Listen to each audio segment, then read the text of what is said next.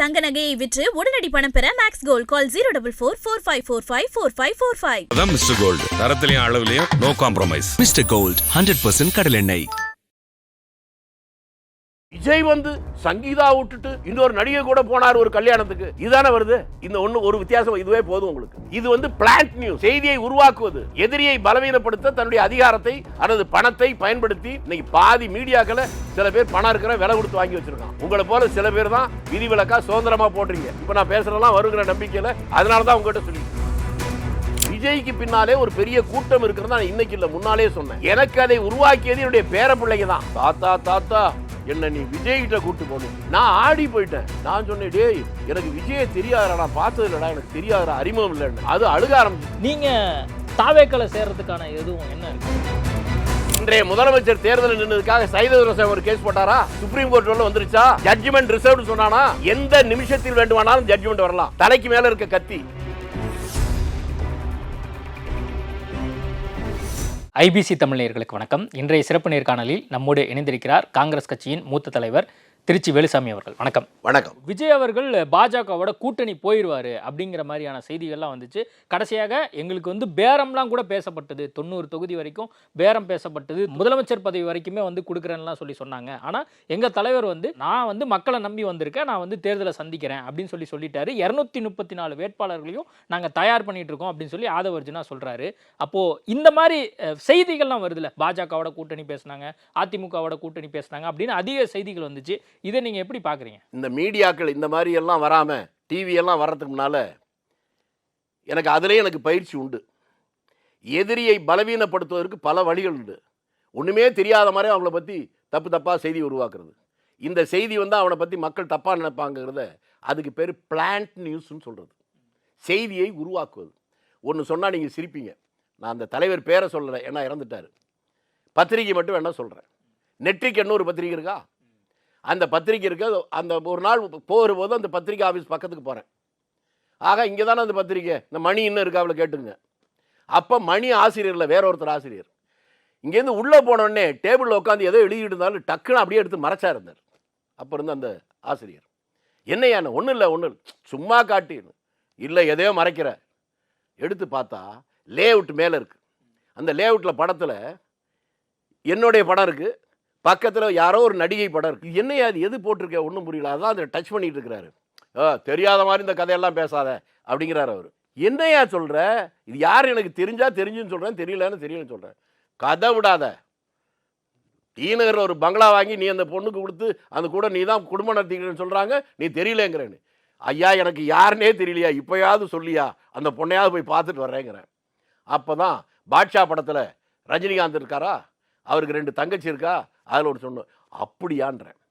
இதை ஒரு பெரிய தலைவர் இப்படி ஒரு நியூஸ் போட வைக்கிறார். ஏன்னா அந்த காலகட்டத்தில் நான் ரொம்ப வெளி உலகத்தில் பிரபலமாக வந்த அந்த இளம் வயதிலே வந்த நேரம்.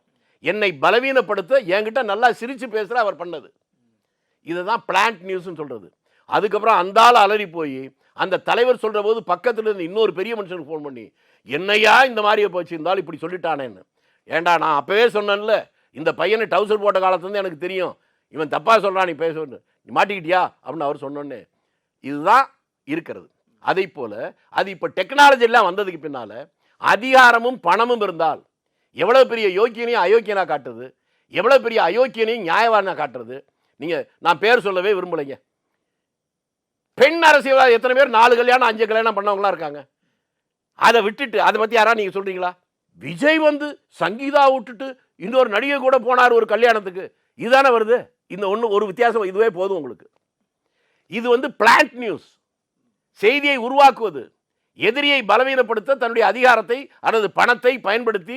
இன்னைக்கு பாதி மீடியாக்களை சில பேர் பணம் இருக்கிற விலை கொடுத்து வாங்கி வச்சிருக்கான். உங்களை போல சில பேர் தான் விதிவிலக்கா சுதந்திரமா போடுறீங்க. இப்போ நான் பேசுறதெல்லாம் வருகிற நம்பிக்கையில், அதனால தான் உங்ககிட்ட சொல்லிட்டு இருக்கேன். இதை மக்கள் முன்னால் நம்பிக்கிட்டு இருந்தாங்க, உண்மை. இப்பெல்லாம் தெளிவாக புரிய ஆரம்பிச்சிட்டாங்க. இதில் வந்தால் இது இப்படி, இதில் வந்தால் இப்படி, இதில் வந்தால் நம்பலாம் அப்படின்ட்டு. அதனால் முன்னால் சொன்ன மாதிரியே கடந்த காலத்தில் சிலரை சில காலம் ஏமாற்றலாம், பலரை பல காலம் ஏமாற்றலாம், எல்லோரையும் எப்போதும் ஏமாற்ற முடியாது. இந்த தேர்தலில் மக்களை முட்டாள்கள் நினைத்து கடந்த இத்து போன பழைய அந்த ஆயுதங்களை கையில் எடுத்து சேலை செய்கிறாங்கல்ல, அவங்கெல்லாம் பரிதாபமாக தோல்வியை சந்திப்பாங்க. விஜயனுடைய அரசியல் வருகை இளைஞர்கள் மத்தியிலும் பெண்கள் மத்தியிலும் தாக்கம் இருக்குது அப்படிங்கிறத நம்ம வந்து சில சர்வேக்கள் மூலிமா பார்க்குறோம். நம்மளுமே வந்து சில இடங்களுக்கு போகும்போது கேட்குறோம், இல்லை இந்த முறை நாங்கள் வந்து விஜய்க்கு வாக்களிக்கிறதுக்கு தயாராக இருக்கோம் அப்படின்னு வந்து சொல்கிறாங்க. இந்த விஷயம் வந்து திமுக அதிமுக கூட்டணிக்கு எந்த அளவுக்கு அச்சுறுத்தலை ஏற்படுத்துதுன்னு நினைக்கிறேன். அது இருக்குங்க. அதாவதுங்க, நீங்கள் இந்த சர்வேலாம் சொல்லிங்க பாருங்க, நான் உங்களுக்கு வெளிப்படையாக சொல்கிறேன், எனக்கு அதில் நம்பிக்கை இல்லை. காரணம், வெளியில் மட்டும் இருக்கட்டும், என் குடும்பத்தில் நான், என்னுடைய மனைவி, என்னுடைய பையன், மருமக இருக்கோம்ல, என் மனைவியும் மகனும் மகளும் மருமகனும் அவங்களே இவங்களுக்கு தான் ஓட்டு போடுவாங்க என்னால் உறுதியாக சொல்ல முடியாது. நீங்கள் சர்வே எடுத்து இவங்களுக்கு இத்தனை பெர்சன்ட் இவங்களுக்கு இத்தனை பெர்சன்ட் பொழுதுபோக்கானா வச்சுக்கலாம், உங்கள் ஆசையை காட்டலாம்.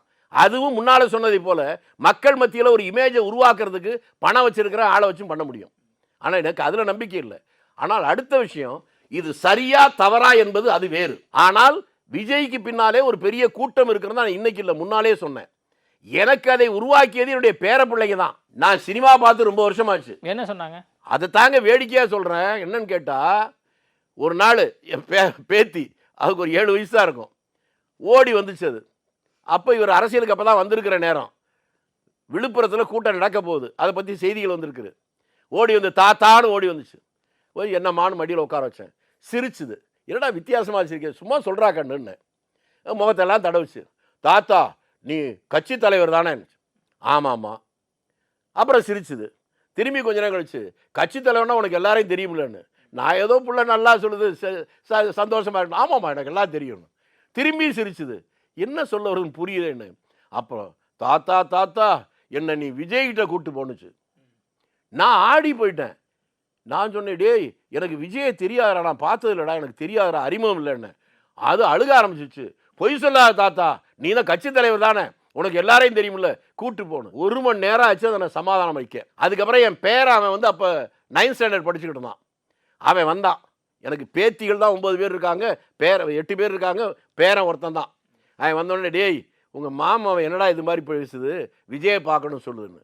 உடனே அவன் என்ன திரும்பி கேட்டான் பாருங்க, ஆமாம் நீ தாத்தான்னு எதுக்கு இருக்கிற, என்னடா புதுசாக ஏதோ சொல்கிறான், என்னடா சொல்கிறேன், நீ அமெரிக்கா பற்றி பேசுகிற, ஜப்பானை பற்றி பேசுகிற, டெல்லியை பற்றி பேசுகிற, பீகாரை பற்றி பேசுகிற, ஒரிசா பற்றி பேசுகிற, வீட்டில் இருக்க எங்களை பற்றி உனக்கு என்ன தெரிஞ்சுக்கிட்ட, என்னடா சொல்கிறேன்னு. அது ஆராதனா, அது பேர் ஆரா மட்டும் இல்லை, நாங்கள் எல்லாருமே விஜய் தான். நான் அதிர்ச்சி ஆகிட்டேன். என் வீட்டில் இருக்கிற பிள்ளைகள் எல்லோருமே இந்த மாதிரி ஆதரிக்கிறாங்கிறத எனக்கு புரிஞ்சு கொள்ளவே முடியல. அவங்க சொன்னதுக்கு அப்புறம் தான் தெரிஞ்சுது. அதற்கு பின்னால் அதோட நான் நிறுத்தலை. அப்படியே மெதுவாக மற்றவர்களிடத்தில் விசாரிக்க ஆரம்பித்தேன். அதில் நான் தெரிந்து கொண்ட பெரிய ஒரு உண்மை, பெண் பிள்ளைகளில் குறிப்பாக மெடிக்கல் காலேஜ், இன்ஜினியரிங் காலேஜில் படிக்கிற பிள்ளைகள்லாம் 100% விஜய் ஆதரிக்கிறது. அது சரியா தப்பா அது வேற. நான் இதை இப்படித்தான் நினச்சிக்கிட்டு இருந்தேன். அதுக்கப்புறமா தான் ஒரு நாள் தெரியுது, ஒரு 60 வயசுக்கு மேலே இருக்க பெண்கள்லாம், ஒரு 15-20 பெண்கள் ஒரு இடத்துல உட்காந்துருக்காங்க. அதில் என்னுடைய தங்கை இருக்குது, சென்னையில் அவங்க இருக்கிற வீட்டில், அந்த பெரிய அப்பார்ட்மெண்ட்ஸில். நான் எதேச்சியாக போனேன், அண்ணே ஒரு நிமிஷம் இருந்துச்சு, என்ன இவங்கெல்லாம் ஒன்றை பார்க்கணும், நாங்கள் இன்றைக்கி தான் அடிச்சு. நான் பார்த்தோன்னே எல்லாருமே அதில் பாதி பேருக்கு மேலே கிராஜுவேட்டு, 60 வயசை கடைஞ்சவங்க, 60 வயசு 65 வயசு 70 வயசுலாம் இருக்குது, அவங்களெலாம் விஜயன்றாங்க. ஆக காரணம், என்னாலே 55 ஆண்டுகள் முழுமையாக, இன்னும் உங்களுக்கு பச்சையாக சொல்கிறேன், இன்றைக்கு இருக்கிற அரசியல்வாதிகளில் என் அளவுக்கு தமிழ்நாடு முழுக்க சுற்றினா வேற ஒருத்தர் இருக்க மாட்டான். குறைஞ்சபட்சம் ஒரு 5000 பொதுக்கூட்டம் பேசியிருப்பேன். தமிழ்நாட்டில் எல்லா மாவட்டத்துக்கும் போயிருப்பேன். எல்லா ஊர்லேயும் சுற்றுறதா எனக்கு வேலை. எனக்கே இதை புரிஞ்சிக்க முடியல, மற்றவர்கள் எப்படி புரிஞ்சிக்க முடியும்? இதுக்கு என்ன காரணம், ஏது காரணம் எனக்கு புரியல. அதற்கு பின்னால், நீண்ட காலத்துக்கு பின்னாலே நான் புரிந்து கொண்ட ஒன்றே ஒன்று, விஜய்க்கு பின்னால் ஒரு ரசிகர் கூட்டம் இருந்தது. ஆனால் இவ்வளவு பெரிய பலம் வருவதற்கு காரணம், திமுக அதிமுக ரெண்டையும் பிடிக்காத, புதிதாக ஏதாவது ஒரு சக்தி வராதா என்று ஏங்குகிற ஒரு பெரிய கூட்டம் இருக்குல்ல, அவன் யாருக்கிட்டையும் பேசாம விவாதிக்காம இந்த ஒரு கூட்டத்தை பார்த்த உடனே தன்னுடைய ஆதரவு முழுவதையும் போட்டாங்க. அதனால தான் இவ்வளவு பெரிய ஆதரவு என்பதை புரிந்து விட்டு. விஜய் வந்து முதலமைச்சர் ஆயிர முடியுமா அப்படிங்கிற கேள்வி, யாரு வேணாலும் ஜெயிச்சிட முடியுமா அப்படிங்கிற கேள்வி என்னங்க பண்றது? டிவி தவங்கலாம் பிரைம் மினிஸ்டரா வர முடியும், டிவி தவங்கலாம் சீஃப் மினிஸ்டரா வர முடியும். இதெல்லாம் கடந்த காலத்தில் இருக்கு இல்லைங்க. இவர் தான் வரலாம், இவர் தான் வரக்கூடாதுலாம் இருக்க முடியாது. நான் சொல்றது யாரையும் குறைபடுக்காக இல்லை. அதனால இவர் வருவாரா வரமாட்டாருன்னு சொல்லுங்க. யார் வேணாலும் வரலாம், மக்கள் வாக்களித்தால் வருவாங்க. அவர் மக்கள் ஆடு மாடுக்கு ஓட்டு இல்லை, மக்களுக்கு தானே இருக்கு. மக்கள் கூட்டம் வந்தால் ஓட்டு போட தானே செய்வான். இல்லை உங்களுக்கு என்ன சந்தேகம் வருது? இப்போ திருச்சி வேலுசாமி காங்கிரஸ்காரரா எல்லாத்துக்குமே தெரியும். அண்மை காலமாக நீங்கள் வந்து தாவேக்காவுக்கு ஒரு சில இடங்களில் வந்து விஜய்க்கு நிறைய செல்வாக்கு இருக்குது அப்படிங்கிற கருத்துக்கள்லாம் வந்து முன்வைக்கிறீங்க. நீங்கள் தாவேக்கால சேர்றதுக்கான எதுவும் என்ன இருக்கா உங்களுக்கு? நான் எப்போ சொன்னேன் உங்ககிட்ட? இல்லை என்ன இருக்கான்னு கேட்குறேன். என்ன எனக்கு எதுக்குங்க இருக்கணும்? நானாக இருக்கிறேங்க. நான் காங்கிரஸை புரிஞ்சுக்கிட்டவன். காங்கிரஸ்காரன் மக்களுக்காக சிந்திக்கிறவன் தான் காங்கிரஸ்காரன். நாட்டில் இருக்க யதார்த்த நிலைமையை பார்க்குறேன், அதை பற்றி சொல்கிறேன். நீங்கள் என்னை விட இளைஞர், அது உண்மைதானே? அதை பார்த்துட்டு என்ன வயசாகி போச்சா உங்களுக்கு என்னை விட அப்படின்னு நான் சொன்னேன்னா அது பொய்யா இல்லையா? அது மாதிரி தான் இதுவும். உண்மையை சொல்கிறதே தப்பா? உண்மையை சொன்னால் தப்புன்னா அப்படி பார்த்தீங்கன்னா இந்த கூட்டணி சேர்ந்தது தப்புன்னு நீங்கள் நினைக்கணும். திமுக என்ற ஒரு கட்சி உருவாகுது, எதுக்கு உருவாச்சு சொல்லுங்க? காங்கிரஸை வீழ்த்த தானே? சரிதானே? பாஜக வந்துடும் சொல்றீங்கல்ல, அந்த பாஜக ஆட்சியில் மந்திரியா இருந்தது திமுகவா அல்லது வேற யாருமா? அந்த பாஜக எம்எல்ஏக்கள் தமிழ்நாட்டில் வர்றதுக்கு யார் காரணம்? திமுக தானே காரணம். இப்போ தகைசால் தமிழர் இப்போ இறந்தாரே ஒருத்தர், யாருங்க? கம்யூனிஸ்ட்காரரு நல்ல கண்ணு. இன்னைக்கு எவ்வளவு பாராட்டினார் முதலமைச்சர். அவர் தேர்தல் நிற்கிற போது அவரை தோற்கடிச்சு யாருக்கு ஆதரவாக தோற்கடிச்சாங்க? பாஜக காரரை ஜெயிக்க வச்சதானே. இதெல்லாம் அவங்க செஞ்சதுக்கு அப்புறம் பாஜக எதுக்குன்னா இவங்களுக்கு பின்னால்தான் போகணும் அப்படின்னு சொன்னான்னா அவனை எங்கெங்க போய் வைக்கிறது? எதுவும் நடக்கும் என்பது எனக்கு புரியும். அதனால இதுக்காக வச்சு தான் இவங்க முடிவு எடுக்கிறது இல்லை. நான் அப்படி எடுக்க மாட்டேன். உண்மையை ஏற்றுக்கொள்வதில் தவறில்லை. நான் ஏன் பொய் சொல்லணும்? நான் என்ன வக்கீல் வேலை பார்க்குறேன்னா நீங்கள் கொலை பண்ணிட்டு வந்தாலும் உங்களை காப்பாற்றுறதுக்கு தப்பாக பொய் சொல்லணும்னு இல்லை. நான் முதல்ல மனுஷன், அதுக்கப்புறம் தான் கட்சிக்காரன். கட்சிக்கு வருவது மக்களுக்கு சேவை செய்ய, கட்சியை வைத்து பிழைப்பு நடத்த அல்ல. நான் கட்சியை வைத்து பிழைப்பு நடத்த விரும்பவில்லை, கட்சியை வைத்து சேவை செய்ய விரும்புகிறேன். ஆகவே உண்மையை சொல்கிறேன், அவ்வளோதான். நீங்கள் 5000 கூட்டத்துக்கு மேலே நான் பேசியிருக்கேன் தமிழ்நாடு ஃபுல்லாக அப்படின்னு சொல்கிறீங்க. இந்த முறை நீங்கள் தேர்தலுக்காக பிரச்சாரம் யாருக்காக பண்ண போகிறீங்க? தேர்தல் வரட்டுங்க. தேர்தல் நான் என்ன சொன்னேன்? 10 நாளைக்குள்ளே என்ன வேணாலும் நடக்குன்னு சொன்னா? இப்போ தானங்க ஒன்று சொன்னேன். சுப்ரீம் கோர்ட்டில் இருக்க ஜட்ஜ்மெண்ட் ரிசர்வ்னு அந்த கேஸ் ஒரு தீர்ப்பு வந்தாலே தமிழ்நாட்டுடைய மொத்த அரசியலும் தலைகளாக மாறும்னு சொன்னா? அதெல்லாம் எது வேணாலும் நடக்குன்னு எனக்கு தெரியுதுங்க. நான் அவசரப்பட்டு மற்றவன மாதிரி சொல்ல விரும்பலை. எதுவும் நடக்கும். நான் முன்னால் சொன்ன மாதிரி அந்த காலத்திலேருந்து நான் ஒவ்வொரு அங்குலங்கலமாக பார்க்குறேன். அதிலிருந்து நான் கற்றுக்கொண்ட பாடம் எதுவும் நடக்கும் என்பது தான். அதுக்கு நான் திறந்த மனதோடு இருக்கிறேன். அந்த மக்களுக்கு நல்லது நடப்பதற்கு எதை செய்யணுமோ அதை செய்வேன். நான் காங்கிரஸ்காரன் தான். நான் யார் நீங்கள் சொன்னாதான் காங்கிரஸ்காரன் இல்லைன்னு இல்லை. நான் காங்கிரஸ்காரனாக இருக்க வேண்டுமா இல்லை என்பதை நான் தான் முடிவு செய்யணும், வேற யாரும் முடிவு செய்ய முடியாது. காங்கிரஸ்காரன் சொல்லிக்கிறவெல்லாம் காங்கிரஸும் இல்லை, சொல்லாமல் இருக்கிறனால காங்கிரஸ்காரன் இல்லைன்னு சொல்ல முடியாது. அதையும் நான் வெளிப்படையாக சொல்லி. இப்போ சீமான் வந்து தொடர்ந்து தனிச்சு நிற்கிறாருல, அதை நீங்கள் எப்படி பார்க்குறீங்க? அது அவர் விருப்பங்க, நான் என்ன பண்ண முடியும்? அவர் சொல்றது ஒரு நீங்க நீண்ட ஒரு அரசியல்வாதியா அவர் தொடர்ந்து களம் காண்றாரு. பல்வேறு போராட்டங்கள்ல நான் வந்து மக்களுக்காக நிக்கிறேன்னு சொல்றாரு. நீங்களுமே மக்களுக்காக யார் போராடுறாங்களோ நாங்க வரவேற்கிறோம். என்ன சொல்றேன் மக்கள், நீங்க சொல்றீங்க அவர் வந்து கடந்த காலத்தில் மற்ற கட்சிகளை ஆதரித்ததும் உண்டு. அதெல்லாம் உண்டா இல்லையா? உங்களுக்கு வெளிப்படையா ஒரு தேர்தல் சொல்றேனே, அதிமுக ஆதரவாக தமிழ்நாடு முழுக்க சுற்றுப்பயணம் வந்தார். இலை மலர்ந்தார் ஈழ மலரும் சொன்னார். உண்டாரா இல்லையா? அவர் ஒரு கட்டத்தில் ஆதரிச்சிருக்கிறாரு. இப்போ தனியாக நிற்கிறேன்னு சொல்கிறாரு. தனியாக நின்று வந்து அவர் யாரும் நல்லது பண்ணால் நல்லது தான். ஆனால் அடுத்து ஒன்று என்னன்னு கேட்டால், அவர் தமிழ் தேசியம் என்று சொல்லார். தேசியம் என்று சொல்லுகிற போதும் தேர்தலில் நிற்கிற போதும் இந்த நாட்டை ஏற்றுக்கொண்டதான பொருள். தமிழ் தேசம்னு சொன்னால் அதுக்கு அர்த்தம் வேற, தமிழ் தேசியம் என்பது அர்த்தம் வேற. அதனால் அந்த குழப்பத்திலிருந்து மக்கள் தெளிவாக புரிந்து கொண்டால் மற்ற எல்லாமே சரியாக வந்துடும்.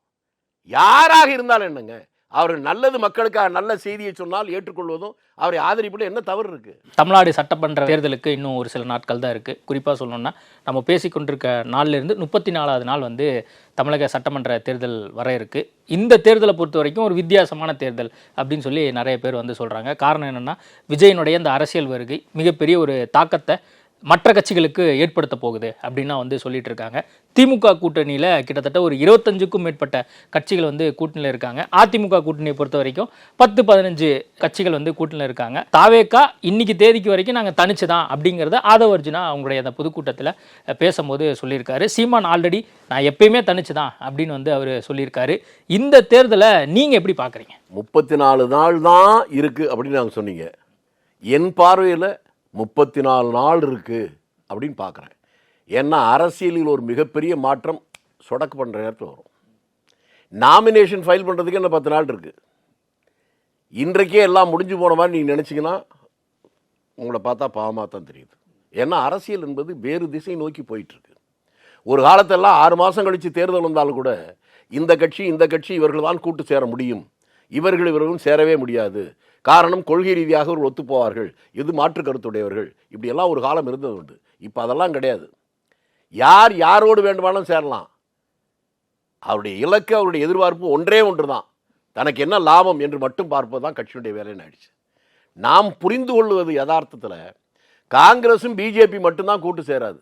வேற யார் வேணாலும் யார் கூட வேணாலும் எப்போ வேணாலும் எப்படி வேணாலும் சேருவாங்க. நான் சொல்றது புரிஞ்சுக்கிட்டா சரி. தாவேக்காவோட காங்கிரஸ் கட்சி கூட்டணிக்கு போகணும் அப்படிங்கிறத நீங்கள் தொடர்ந்து வந்து ரொம்ப நாளாகவே சொல்லிட்டு இருந்தீங்க. ஃபஸ்ட்டு சொன்னதே நீங்கள் தான் அப்படிங்கிறது என்னுடைய கவனத்தில் பெற்ற ஒரு விஷயம். அதுக்கப்புறம் தான் மாணிக்கம் தாகூர் மற்ற எம்பிக்கள்லாம் வந்து பேசுனதையும் நம்ம பார்த்தோம். இப்போ ஒட்டுமொத்தமாக இப்போது காங்கிரஸ் கட்சி திமுகவோட கூட்டணிக்கு போயிருச்சு. ராகுல் காந்தி இது வரைக்கும் எந்த ஸ்டேட்மெண்ட்டும் கொடுக்காம இருக்காரு. இதை நீங்கள் எப்படி பார்க்குறீங்க? நீங்களே பதிலையும் சொல்லிட்டு அதையே கேள்வியாக்குறீங்க. ராகுல் காந்தி இதுவரையிலும் சொல்லவில்லை என்பதை சாதாரண கிராமத்தில் ஆடு மாடு மேய்க்கிற காங்கிரஸ்காரன் கூட புரியுது. அவருக்கு விருப்பம் இல்லைங்க. சரியா? நீங்கள் எப்படி புரிஞ்சுக்கிட்டீங்கன்னு எனக்கு தெரியாது. அந்த யதார்த்தத்தை புரிந்து கொண்டால் காங்கிரஸ் கட்சியில் இன்றைக்கு காங்கிரஸ் கட்சியில் சாதாரண கீழ்மட்ட தொண்டருடைய நம்பிக்கை நட்சத்திரமாய், இன்னும் சொல்ல போனால் அவருக்கு முன்னால் அனுபவம் இல்லாமல் கூட இருக்கலாம், இப்போ வந்து பாரதத்தை தன்னுடைய பாதத்தாலேயே குறுக்கும் நெடுக்குமாக அளந்து பார்த்த அந்த பவித்திரன் ராகுலைத்தான் நம்புகிறார்கள். அந்த ராகுலுடைய ஈடுபாடோடு அவருடைய ஒப்புதலோடு தான் இந்த கூட்டணி வந்திருக்கும் என்றால் குறைந்தபட்சம் ஒரு அறிக்கையாக கொடுத்திருப்பாரா இல்லையா? தன்னுடைய மகிழ்ச்சியை தெரிவித்திருப்பாரா இல்லையா?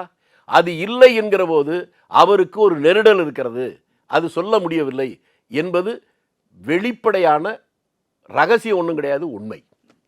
அதனால அதையும் தொண்டர்கள் பார்க்குறாங்க. தொண்டர்கள் மட்டுமில்ல, பொதுமக்களும் பார்க்குறாங்க. காங்கிரஸ் கட்சியினர் வந்து இதை எப்படி புரிஞ்சுக்கிறாங்க? ஏன்னா கிட்டத்தட்ட ஒரு 6 மாத காலமாக வந்து திமுக காங்கிரஸ் கட்சி இடையே இருக்கக்கூடிய அந்த வார்த்தை போர்களை அதிகமாக வந்து பார்த்தாங்க. தாவேக்காவோட கூட்டணி போகலாம் அப்படிங்கிற கருத்தையும் ரொம்ப ரொம்ப சிம்பிளாக சொல்ல சார். அரசியல் கட்சிகள் 1000 இருக்கலாம், ஆனால் 1000 அரசியல் கட்சியோட காங்கிரஸையும் சேர்த்து தயவு செஞ்சு பார்க்காதீங்க. காங்கிரஸ் கட்சி என்று ஒன்று உருவானது 10 எம்எல்ஏக்காக 10 எம்பிக்காக இல்லை. இந்த நாடு அடிமைப்பட்டு கிடந்த போது 200 ஆண்டு காலங்கள் பிரிட்டிஷ்காரருடைய கட்டுப்பாட்டில் இருந்தபோது இந்த நாட்டிற்கு சுதந்திரம் வேண்டும் என்பதற்காக தன்னை அடிபட்டு உதைப்பட்டு மிதிப்பட்டு தன்னுடைய உயிரை இழந்து பொது வாழ்க்கையை ஒரு வேள்வியாக்கி எம்எல்ஏ கிடைக்குமா எம்பியாக கிடைக்குமான்னு இல்லை, சுதந்திரத்துக்காக தன்னுடைய உயிரை விட்ட அந்த கட்சி அவருடைய தியாகசீலர்களால் உருவாக்கப்பட்ட கட்சி. அந்த கட்சிக்கு போய் 4 எம்எல்ஏ வருமா, 10 எம்பி வருமா, அதற்காகத்தான் முடிவு என்றால் அவனுக்கு காங்கிரஸை பற்றி தெரியலன்னு அர்த்தம். அவன் காங்கிரஸ்லேயே இருந்தாலும் சரி. அதனால காங்கிரஸ் கட்சி வெறும் சட்டமன்ற உறுப்பினர்கள் பாராளுமன்ற உறுப்பினர்களுக்காகத்தான் முடிவு எடுக்கும் என்றால் அந்த கட்சி இருப்பதை விட இல்லாமல் இருப்பதே மேல். காந்தியார் தான் சொன்னார். இப்போ திமுக காங்கிரஸ் கூட்டணி கிட்டத்தட்ட வலிமையா இருக்கு அப்படின்னு சொல்லி தமிழ்நாடு காங்கிரஸ் கட்சி தலைவர் செல்வ பெருந்தகை சொல்றாரு. ஆன்டி இன்கம்பன்சி ஒரு பக்கம் இருப்பதாக செய்திகள்ல ஒரு பக்கம் வந்து ஊடகம். நான் என்ன சொல்றேன், நீங்க என்ன சொல்றீங்க? குற்றச்சாட்டு பலமா இருக்கா இல்லையா? நீங்க சொல்லுங்க. மக்கள் பார்த்து முடிவு பண்ணுவாங்க. அதான் இப்பதான் உண்மைக்கு வர்றீங்க. நான் என்ன கொஞ்சம் முன்னால என்னங்க திமுக இருக்க மந்திரிகள்லாம் சொன்னாங்க, காங்கிரஸா எங்கடா இருக்கு காங்கிரஸ்? ஊருக்கு 4 பேர் கூட கிடையாது. ராஜகண்ணப்பன் சொன்னாரா? அந்த கட்சி ஒரு எம்எல்ஏ இன்னும் 2 மந்திரிகள் பேரெல்லாம் வேணாம். அது என்ன கொடுமைன்னா அவங்க எதெல்லாம் குற்றச்சாட்டுன்னு சொல்லி சொன்னாங்களோ அப்பெல்லாம் அவங்க அந்த கட்சியிலே அவங்க கிடையாது. ராஜகண்ணப்பனோ இன்னும் சில எல்லாரும் பேரையும் எதுக்கு சொல்லிட்டு இருப்பானே, இவங்கெல்லாம் ஏடிஎம்கேல ஜெயலலிதா கூட இருக்கிற போது திமுக ஆட்சியில் அந்த மைனாரிட்டி சர்க்கார்னு சொல்லி கேலி பண்ணி கிண்டல் பண்ணவங்க. இப்போ சொல்கிறாங்க அப்போதே 90 எம்எல்ஏ இருக்கிற போதே உங்களுக்கு இடம் கொடுக்கல, இப்போவா கொடுப்போம் அப்படின்னா. நான் அப்போ தான் திரும்பி கேட்டேன், அந்த 90 எம்எல்ஏ இருக்கிற போது நாங்கள் எங்களுக்கு கொடுக்கல போது நீ முதல்ல திமுக இருந்தியா? அப்போ நீ என்ன சொன்ன? மைனாரிட்டி ஆட்சி ஜெயலலிதா சொன்னதானே நீங்களும் சொன்ன. இதெல்லாம் எங்களுக்கு ஞாபகம் இருக்குது, வேற யார்கிட்ட அந்த கதையெல்லாம் வச்சுக்கோன்னு சொன்னேன். மக்கள் கவனிச்சுக்கிட்டு இருக்காங்க. நீங்கள் எல்லாரும் சிலரை சில காலம் ஏமாற்றலாம், பலரை பலகாலம் ஏமாற்றலாம், எல்லோரையும் எப்போதும் ஏமாற்ற முடியாது. திருச்சியில் மாநாடு நடந்துச்சு.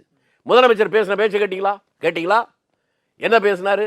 பேரறிஞர் அண்ணா, டாக்டர் கலைஞர், எம்ஜிஆர், ஜெயலலிதா இவர்கள் தான் மக்களால் தேர்ந்தெடுக்கப்பட்ட முதலமைச்சர்கள். அதற்கு பின்னாலே மக்களால் தேர்ந்தெடுக்கப்பட்ட முதலமைச்சர் நான் தான் சொன்னாரா? ஆமா, அப்படித்தானே தேர்ந்தெடுக்கப்பட்டிருக்காரு. தமிழ்நாட்டில் முதல் சுதந்திர இந்தியாவில் தேர்தல் வந்தது 52. அந்த 52ல் இந்தியாவிலே எல்லா இடத்துலையும் காங்கிரஸ் மெஜாரிட்டி வந்துச்சு. ஆனால் தமிழ்நாட்டில் மட்டும்தான் மெஜாரிட்டி வரல. அதற்கு அடுத்த இடத்துல கம்யூனிஸ்ட் இருந்துச்சு. மெஜாரிட்டி இல்லாமல் ஆட்சி அமைக்க முடியாதுங்கிற ஒரு நிர்பந்தம் இருக்கிற போது அன்றைக்கு தமிழ்நாடு காங்கிரஸ் கட்சி தலைவராக இருந்தவர் பெருந்தலைவர் காமராஜ். அவர் ராஜாஜிட்ட போறார். ஏன்னா அது ஒன்றும் இந்த மாதிரி பிராக்டிஸ் தெரியாதுல்ல யாருக்கும். இப்படி ஒரு குழப்பம் இருக்கே, என்ன பண்ணலான்னு கேட்குறாரு. சரி பண்ணுவோம், நீங்களே முன்னால் வந்து முதலமைச்சராக இருந்து பண்ணுங்கன்னு சொல்றாரு. அவர் முதலமைச்சர் பதவியை ஏற்றுக்கிட்டு டாய்லஸ் பார்ட்டி மாணிக்கவேல் நாயக்கர், இவர் ராமசாமி படையாச்சி, இந்த 18-7-25 பேர் அவர்கள் அந்த ரெண்டு கட்சியையும் தான் கூட கூட்டு சேர்ந்து மெஜாரிட்டி ஆக்கி கூட்டணி ஆட்சி முத இங்க வந்துச்சு. அப்படி வருகிற போது இப்பதான் அது இல்லை எம்எல்சி, அப்ப எம்எல்சி இருந்துச்சு. அவர் எம்எல்ஏவாக இல்லாமல் எம்எல்சி ஆக இருந்து ராஜாஜி முதலமைச்சராக வந்தார். வரும்போது திமுக சொன்ன விமர்சனம் என்ன? அன்றைக்கு அண்ணா சொன்னதை இப்ப சொல்றேன். கொல்லைப்புற வழியாக வந்த கொல்லுகப்பட்டார் ராஜாஜி பத்தி சொன்னார். அதே அண்ணா 67 ஆட்சிக்கு வரும்போது முதலமைச்சராக வர்ற போது அவர் எம்எல்ஏவா இல்ல, எம்பியா இருந்து ஜெயிச்சவர். அதை ராஜினாமா பண்ணிட்டு தேர்தல் நிற்காம எம்எல்சியாக வந்து திரும்பி வர்றார். இதே எம்எல்சியா ராஜாஜி வர்ற போது கொல்லைப்புற வழியாக வந்த கொள்ளுகப்பட்டார். அப்ப இவருக்கு பேர் என்ன? இது வரலாறு. இதே மாதிரி இன்னொரு சந்தர்ப்பம் காமராஜருக்கு வருது 54ல். அவர் வந்து எம்பியா இருக்கிற போதுதான் நிர்பந்தம், எம்எல்ஏக்கெல்லாம் சேர்ந்து நீங்க தான் இருக்கணும்ன்றாங்க. அப்ப அவர் சொல்றாரு, நானே தலைவராக இருந்து நானே வர்றதா, தேர்தல் வைங்க, அதுல வேணா முடிவு எனக்கு வந்தா ஏத்துக்கிறேங்கிறார். சட்டமன்ற தேர்தல், எம்எல்ஏக்கள் தேர்தல் வருது. இவரை எதிர்த்து சி சுப்பிரமணியன் நிற்கிறார். காமராஜருக்கு 90 வாக்குகள் கிடைக்குது, 94 வாக்குகள் கிடைக்குது, சி சுப்பிரமணியத்துக்கு 41 வாக்குகள் கிடைக்குது. அதோட உடனே ஒரு மந்திரி ஆகிடல, நான் முதலமைச்சராக வரணும்னா தேர்தலில் நின்று தான் வருவேங்கிறாரு. அப்ப யாராவது ஒருத்தர் விட்டு கொடுத்தாலும் வர முடியும். எம்எல்ஏக்களை யாராவது ஒருத்தர் விட்டு கொடுங்கன்னு பல பேர் குரல் கொடுக்குறாங்க. அதுல முதல் குரல் வந்தது தான் அருணாச்சல முதலியார்னு ஒரு பேரு, குடியாத்தத்தில் எம்எல்ஏ இருந்தவர். எல்லாரும் சொன்ன உடனே இவ்வளவு பேர் சொல்றீங்க, ஆனா முதல் குரல் முதலியார் கொடுத்தாரு. அங்க நான் நிக்கிறேன் குடியாத்தத்தில் நின்று வந்தார். அதற்கப்புறம் தேர்தலில் ஒரு தேர்தல் நின்று தான் வந்தார். 54க்கு அப்புறம் 57 எல்லாம். அவர் முறைப்படி தேர்தலில் நின்று வந்த இவர் மக்களால் தேர்ந்தெடுக்கப்பட்டவர் இல்லையா. ஆனா கொல்லைப்புற வழியாக வந்த கொல்லுகப்பட்டர்னு ராஜாஜி சொல்லுவாங்களாம். அதே காரியத்தை பண்ண அண்ணா செஞ்சாக்க அவர் மக்களின் முதல்வராம். என்னங்க இது? அதுக்கப்புறம் கலைஞரா இருக்கட்டும் அல்லது வந்து ஸ்டாலினா இருக்கட்டும், ஜெயலலிதா இருக்கட்டும், இவங்கெல்லாம் எப்படி வந்தாங்க? மக்களால் தேர்ந்தெடுக்கப்பட்டு தானே வந்தாங்க. அண்ணாதுரை வந்தாரான்னு கேட்டா அதுக்கு பதில் உண்டா? அண்ணாதுரை மக்கள் தேர்தல் நின்று வந்தாரான்னு கேட்கிறேன். அவர் வல்லியா, இவர் வல்லியா, செவர் வல்லியா, நாய் வந்துச்சா நரி வந்துச்சான்னு கேட்டுட்டீங்க. மக்களை முட்டாளாக்குறது வேற எவனா பண்ணிட்டு சார்? தமிழ்நாட்டுடைய வரலாறை பற்றி தமிழ்நாட்டு முதலமைச்சருக்கே தெரியாம பேசலாமா? நீங்க பேசலாம், நான் கூட பேசலாம். இது என்ன அணுகுமுறை? இது இதுவரை யாராவது அந்த மீடியாவது இந்த தப்புன்னு சொன்னீங்களா? இதை கூட நாங்க தான் வந்து சொல்லணும். இப்ப நீங்க திமுக கூட்டணியில இருக்கீங்க, நீங்க இந்த மாதிரி கருத்து வைக்க மற்ற காங்கிரஸ் கட்சியினருக்கு இது வந்து ஒரு நெருடலை கொடுக்க இருக்கட்டும் சார். நீங்களே திமுகனே வச்சிருங்க. இந்த 2.5 வயசு பொண்ணு கற்பழிச்சு கொடுத்தாங்க, அது மாதிரி உங்க குடும்பத்தில் ஒரு பொண்ணா இருந்துச்சுன்னா நாங்க கூட்டணிங்க இல்ல நாங்க திமுகங்க அதனால ஏத்துக்கன்னு சொல்லுவீங்களா? முதல்ல மனுஷனா இருங்க, அதுக்கப்புறம் கட்சிக்காரன வாங்க. நியாயத்தை சொல்றதுக்கு பயப்படுறவன் எதுக்கு அரசியலுக்கு வர்றீங்க? நான் எவ்வளவு பெரிய வரலாற்று உண்மையை பத்தி பேசிட்டு இருக்கேன். கூட்டணி நீங்க ஒத்து போகணும்னா நான் என்ன அடிமையா? காங்கிரஸ்காரன் அடிமையா இருக்க முடியாது. அப்படி அடிமையாவனா இருந்தான்னா அவன் காங்கிரஸ் பேர்ல இருக்கிற ஒரு அயோக்கியன்னு அர்த்தம். இப்ப 28 தொகுதிகள் வந்து பேரு கொடுத்தாலும் சரிங்க. நான் என்ன சொல்றது புரியுதா உங்களுக்கு? மற்ற கட்சிக்காரன மாதிரி இல்ல காங்கிரஸ்காரன். உண்மையை சொல்றவன் தான் காங்கிரஸ்காரன். ஏதாவது ஒரு காரணத்துக்காக கைகட்டி நிக்கிறவன் பேர் காங்கிரஸ்காரன் இல்ல. தனி மனித சத்தியாகிரகத்தில் அடிபட்டு உதப்பட்டு உலக வரலாறுலே கிடையாது. அந்த வரலாறு உங்களை போன்ற இளைஞர்களுக்கு தெரியாம போனதுதான் இன்றைக்கு தமிழ்நாட்டில் இந்த வீழ்ச்சி. தமிழ்நாட்டில் இப்ப கூட்டணி ஆட்சி தான் வரும் அப்படிங்கிற மாதிரி ஒரு சூழல் எதுவும் இருக்கா? எது வேணாலும் வரலாங்க. நீங்க ஜனநாயகத்தை தத்துவத்தை புரிந்து கொண்டால் அதுதான் உங்களுக்கு புரியும். நீங்க முதல்ல சொன்னீங்களே இவங்க 15 கட்சி சேர்ந்திருக்கு, இவங்க 24 கட்சி சேர்ந்திருக்கலாம் சொன்னீங்களே. எத்தனை கட்சி சேர்வது என்பது முக்கியம் அல்ல. அவட போனா சினிமாவில் வந்த வசனம் மாதிரி தான், சிங்கே போய் சிங்களா தான் போகணும்னு சொல்லுவாங்களா, அது மாதிரி 14 கட்சி ஏற்கனவே இதுக்கு முன்னால ஒரு ட்ரையல் பார்த்தோமா தமிழ்நாட்டில். ஒரு கட்சி வாங்கின ஓட்டே 14 கட்சி சேர்ந்து வாங்கல. அதனால கூட்டணி சேர்ந்தா பலம், கூட்டணி இல்லைன்னா பலவீனம், ரெண்டும் கிடையாது என்கின்ற அடிப்படை உண்மையை குறைந்தபட்சம் மீடியாக்களாவது மக்களுக்கு சொல்லட்டும். நீங்க சொல்லுங்க, திமுக காங்கிரஸ் கூட்டணி பலமா இருக்கா இல்லையா? பலமா இருக்கா இல்லையான்னு 1.5 மாசம் கழிச்சுதாங்க சொல்லணும். நான் இப்ப பாக்குறது என்னன்னு நீங்களும் நானும் மட்டும் முடிவு பண்றதில்ல. நான் எதுக்காக இந்த விஷயங்களை சொல்றேன்? ஒவ்வொரு மனிதனும் வாக்களிக்க செல்லுகிற போது எல்லா கட்சியிலும் இருக்கிற உறுப்பினர்கள் மொத்தமும் சேர்ந்தாலும் ஒரு 15% மேல தேடி இருக்க மாட்டான். மீதி எல்லாம் பொதுமக்கள் தானே. அந்த பொதுமக்கள் என்ன முடிவெடுப்பான்? அவன் கடந்த காலங்களில் அவன் என்னென்ன பாதிப்புக்குள்ளானோ அல்லது என்ன மகிழ்ச்சிக்குள்ளானோ அதை வைத்து தான் வாக்களிக்க நினைப்பான். தேர்தலுக்கு அப்புறமா புதிய கூட்டணி உருவாயெல்லாம் ஆட்சி பிடிச்செல்லாம் உங்களுக்கு தெரியாதா? நடந்திருக்குல்ல. அந்த வரலாறு திரும்ப போகிறது. வரலாறு திரும்புறது இல்லை, அதான் யதார்த்தம்னு சொல்றேன். அதை நீங்கள் புரிந்து கொண்டால் மட்டும்தான் அரசியலை சரியாக நீங்கள் விமர்சிக்க முடியும். இப்போ தாவேகா தலைவர் வந்து சுற்றுப்பயணம்லாம் போக போறார் அப்படிங்கிற ஒரு செய்தி இருக்கு. அதுக்கு முன்பாக இப்போ சிபிஐ விசாரணை வந்து இந்த கரூர் துயரம் சம்பந்தமா வந்து விசாரணை நடைபெற்றிருக்கு. செந்தில் பாலாஜியும் விசாரிச்சிருக்காங்க. தேர்தல் நேரம் அப்படிங்கறதுனால ஏதோ ஒரு விசாரணைக்கான ஒரு இறுதிக்கட்டம் நெருங்கிடுச்சுன்னா திமுகவுக்கும் இது தாவேகாவுக்கும் பேக் ஃபயர் ஆகிறதுக்கு வாய்ப்பு இருக்குல்ல? இதை விட ஒரு மோசமான ஒன்று இருக்கு, அதை விட்டுட்டீங்க. இன்றைய முதலமைச்சர் தேர்தல் நின்றதுக்காக சைதர் ஒரு கேஸ் போட்டாரா? சுப்ரீம் கோர்ட் வந்துருச்சா? எல்லாம் முடிஞ்சுதா? ரிட்டர்ன் ஸ்டேட்மெண்ட் கொடுக்க சொல்லி சொன்னாங்களா? ரிட்டர்ன் ஸ்டேட்மெண்ட் சைதர் கொடுத்தாரா? கொடுத்து இப்போ 1 மாசம் 1.5 மாசம் ஆயிடுச்சா? ஜட்ஜ்மெண்ட் ரிசர்வ்டு சொன்னானா? எந்த நிமிஷத்தில் வேண்டுமானாலும் ஜட்ஜ்மெண்ட் வரலாம். தலைக்கு மேல இருக்க கத்தி. இது எல்லாத்த விட பெரிய விஷயம். அதை தான் எந்த மீடியாவா இதை பத்தி போடுறீங்களா? இவ்வளவு பெரிய விஷயத்தை யார் மறைக்கிறீங்க? அப்படி ஒரு தீர்ப்பு வருவதை வைத்துக்கொண்டு தமிழ்நாடு அரசியல் எப்படி போகும்னு இன்னைக்கு எவனாலும் கணிக்க முடியாது. ஒருவேளை முதலமைச்சருக்கு மாற்ற எதிராக அந்த தீர்ப்பு வருமானால் இந்த 5 ஆண்டு காலங்கள் அவர் முதலமைச்சராக இருந்ததே சட்ட ரீதியாக தப்புன்னு வந்துடும். கொஞ்சம் யோசிச்சு பாருங்க. அதெல்லாம் மிகப்பெரிய இடியாப்ப சிக்கல்ல தமிழ்நாடு போயிடும். இவர் போட்ட கையெழுத்தெல்லாம் செல்லாது. இன்னும் 6 வருஷத்துக்கு தேர்தல் நிக்க முடியாது. அது வந்து 2011 வழக்குல. அதைத்தான் அந்த வழக்கு தான் சொல்றாங்க. அந்த தீர்ப்பு வந்தா அதானே. அந்த தீர்ப்புல அன்னைக்கு தப்பு பண்ணிட்டான்னு சொன்னா அதற்கு அப்புறம் இப்ப 5 வருஷம் முதலமைச்சராக இருக்கிற போதே அவர் வாங்கின சம்பளத்தை கூட திரும்பி கொடுக்கணும். தெரியுமா உங்களுக்கு வரலாறு? சட்டம் அதுதான். எனக்கு எப்படி தெரியும்னா எங்க ஊர்ல ஒருத்தன் அப்படி வந்தான், ஜெயிச்சுட்டான். 5 வருஷம் முடிஞ்சு போச்சு. அதுக்கப்புறம் தான் தேர்தல் வந்துச்சு. லால்குடி தொகுதியில் வெங்கடாசலம் ஒருத்தன் பேரு எழுத்து கேஸ் போட்டவர். அந்த கேஸ் அதுக்கப்புறம் 2-3 வருஷம் கழிச்சு அவனுக்கு எதிராக வந்துச்சு. 5 வருஷம் வாங்கின சம்பளம் முதல் கொண்டு கோர்ட்டில் பணம் கட்டினான். இதுதான் சட்டம். சட்டத்தை சொல்றேன், நீங்க அதை விட்டு வேற ஏதோ சொல்றீங்க. நான் என்னத்தை சொல்றது? சரி, சிபிஐ விசாரணை வந்து ஆல்ரெடி உங்களை எல்லாம் கூட வந்து ராஜீவ்காந்தி அந்த கொலை வழக்குங்க பண்ணியிருக்காங்க. இப்போ விஜய நல்லா ட்ரீட் பண்ணாங்க அப்படின்னும் செந்தில் பாலாஜியை கடுமையா நடந்து கொண்டாங்க அப்படின்னும் வந்து பேசப்பட்டு இருக்கு. நீங்க எப்படி அப்படி பேசுறவர்கள் ஒன்று அப்பாவிகளா இருக்கணும், இல்லைன்னா அயோக்கியனா இருக்கணும். சிபிஐ விசாரணை என்னன்னு உங்களுக்கு புரியல.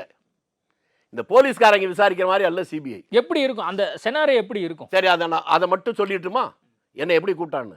இவங்க 1 நாள் தானே போயிட்டு வந்திருக்காங்க. என்னை 8 நாள் விசாரிச்சாங்க. இவங்ககிட்ட 100 சில்லற கேள்வி தான் கேட்டதா வந்திருக்கு. என்கிட்ட 1000 கேள்விக்கு மேல கேட்டாங்க. அந்த விசாரணையே எப்படின்னா அதை சொன்னாதான் மக்களுக்கு புரியுங்கிறதுக்காக நான் சொல்றேன். நான் போய் உட்கார்ந்தேன். ஒரு நல்ல சேர், முன்னால ஒரு டேபிள், 2 இந்த பக்கம் ஒரு இன்ஸ்பெக்டர், இந்த பக்கம் ஒரு இன்ஸ்பெக்டர், ஐஓ முன்னால உட்காந்துருந்தாங்க. அந்த சீஃப் வர்றார். வந்தோடனே பார்த்தாரு. ஆர் யூ கம்ஃபர்டபுள் அப்படின்னு கேட்டாரு. புரியலன்னு சொன்னேன். இல்லை சார் வசதியாக இருக்கான்னு கேட்டேன். கம்ஃபர்டபுளுங்கிற வார்த்தைக்கு வசதின்னு எனக்கு தெரியும், அதுதான் எனக்கு புரியலங்கிறேன். எனக்கு புரியலன்னாரு. எதுக்குங்க ஏன் வசதியை பற்றி கேட்குறீங்கன்னு. இல்லை சார் ரொம்ப நேரம் பல மணி நேரங்கள் விசாரிக்க போகிறோம், வசதியாக இருக்கான்னு கேட்டேன்னு. நீ மரத்தடியில் கேட்டாலும் எனக்கு தெரிஞ்சது என்னவோ அதான் சொல்ல போகிறேன். பிளாட்பாரத்தில் கேட்டாலும் அதான் சொல்ல போகிறேன். எங்கே கேட்டாலும் அதான் சொல்ல போகிறேன். ஏன் வசதியை பற்றி உனக்கு என்ன கவலை அப்படின்னு சொன்னேன். முதல் நாள் எனக்கு தெரியல. அதற்கப்புறம் முன்னால் 3 பேர் தான் மாற்றி மாற்றி கேள்வி கேட்குறான்னு. பக்கத்தில் 2 ரூமில் 4-5 பேர் உட்காந்து ஸ்க்ரீனில் இது எல்லாத்தையும் பார்த்துட்டு காதில் கேட்டுட்டு அவனுக்கு தோன்றதெல்லாம் காதில் இவனுக்கு கேட்குற மாதிரி சொல்லிக்கிட்டே இருக்கான். ஆனால் பதில் சொல்கிறத நான் ஒருத்தன் என்னுடைய வார்த்தையிலிருந்து அடுத்து எதையெல்லாம் கேட்கணுங்கிறது முன்னால் முடிவு பண்ணுறது ஒரு 10 பேர். அதில் 10 பேர் மாறி மாறி கேட்கிற போது எங்கேயாவது ஸ்லிப்பாகி சொல்கிறது தான் இதுதான் அவங்க சிபிஐடைய நடவடிக்கை. அதில் இன்னொன்று இவங்க யாருக்கு என்ன புரியலைன்னா அதையும் நான் சொல்லிடுறேன். சொன்னால் சிரிப்பீங்க நீங்கள். மதிய சாப்பாடு வந்து உங்களுக்கு என்ன சார் வேணும்? நான் வெஜிடேரியன், பிரியாணி வேணுமா, என்ன வேணும்னு கேட்டாங்க. மன்னிக்கணும் சார், நான் வெஜிடேரியன். இல்லை சார் நீங்கள் என்ன வேணாலும் சொல்லலாம் அப்படின்னாங்க. ஒன்றும் வேணாம், எனக்கு தயிர் சாதம் மட்டும் கொடுக்கணும். இல்லை சார் எது வேணாலும் கொடுக்கலாம். என்ன சொல்கிறீங்க எனக்கு புரியல. தயிர் சாதம் போதும். இல்லை சார், சிபிஐயில் விசாரணைக்கு வர்றவங்களுக்கு மதிய சாப்பாடு என்பது அவர்கள் எதை கேட்டாலும் வாங்கி தரணுங்கிறதான் சட்டம். நான் 8 நாளும் தயிர் சாதம் தவிர வேறு சாப்பிடவே இல்லை. அது முடிந்த உடனே அந்த சீஃப் என்ன வழி அனுப்புகிற போது மேலேருந்து கீழே கார் வரல வந்து என்னுடைய சர்வீஸில் இப்படி ஒரு வித்தியாசமான நீங்கள் தான் பார்க்குறேன். வெறும் தயிர் சாதம் மட்டும்தான் 8 நாளும் சாப்பிட்ருக்கீங்கன்னு. எனக்கு எது தேவையோ அதானே சாப்பிடுவேன். எதுக்கு இதை சொல்ல வர்றேன்னா எதை கேட்டாலும் அந்த விசாரணைக்கு போகிறபோது தரணும். இதில் என்ன விஜய் மட்டும் ஸ்பெஷலாக கவனிச்சாங்க, இவரை மட்டும் கவனிக்கல? இது என்ன விமர்சனம்? சிபிஐ பற்றியோ அந்த விசாரணை பற்றியோ ஒன்றுமே தெரியாமல எல்லாம் தெரிஞ்ச மாதிரி இதை கிளப்பி விடுறாங்க பாருங்க. அதில் தான் பல குழப்பங்களே வருது. ஓகே, நிறைய விஷயங்கள் குறித்து பேசியிருக்கோம். நேர்காணல் கொடுத்ததுக்கு மிக்க நன்றி. நன்றி, வணக்கம். உங்கள் தங்க நகையை விற்று உடனடி பணம் பெற மேக்ஸ் கோல்ட் கால் 04445454545. அதான் மிஸ்டர் கோல்டு. தரத்திலையும் அளவுலையும் நோ காம்ப்ரமைஸ். மிஸ்டர் கோல்ட் 100% கடலெண்ணெய்.